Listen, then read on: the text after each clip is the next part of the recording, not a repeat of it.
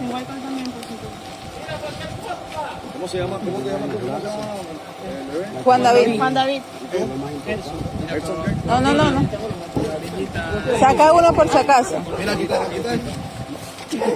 Cámbiale el pañal. Saca un pañal. Sí, ahí está. Cámbiale el pañal. Saca un pañal.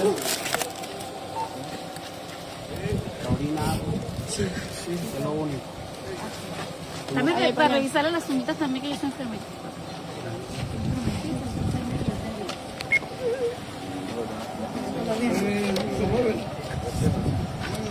Sí, 18 días. 18. Uy, No, 18 días. uy, madre. Uy. Está bien. Sí. Vamos a trasladar. Sí, está allá arriba. Está bien. Sí, no importa, que se haga 20.000 veces. Toallita, ¿quién las agarró? Ah, Uy, madre. sí, es un varón.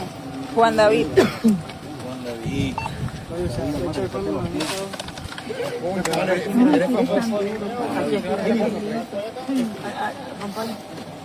De la toallita. Ahí está. Cremita, la cremita que le hicieron. La toallita. Ahí las tiene.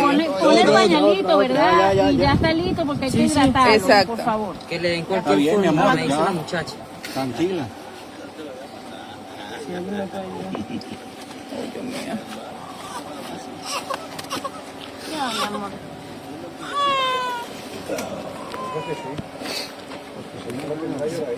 Creo que está grande. Dame. Ah, bueno, sí. Vámonos, los motos, abriendo paso. Para cambiar. ¿Quién lleva el bebé? Papá y... ¿Qué lo lleva?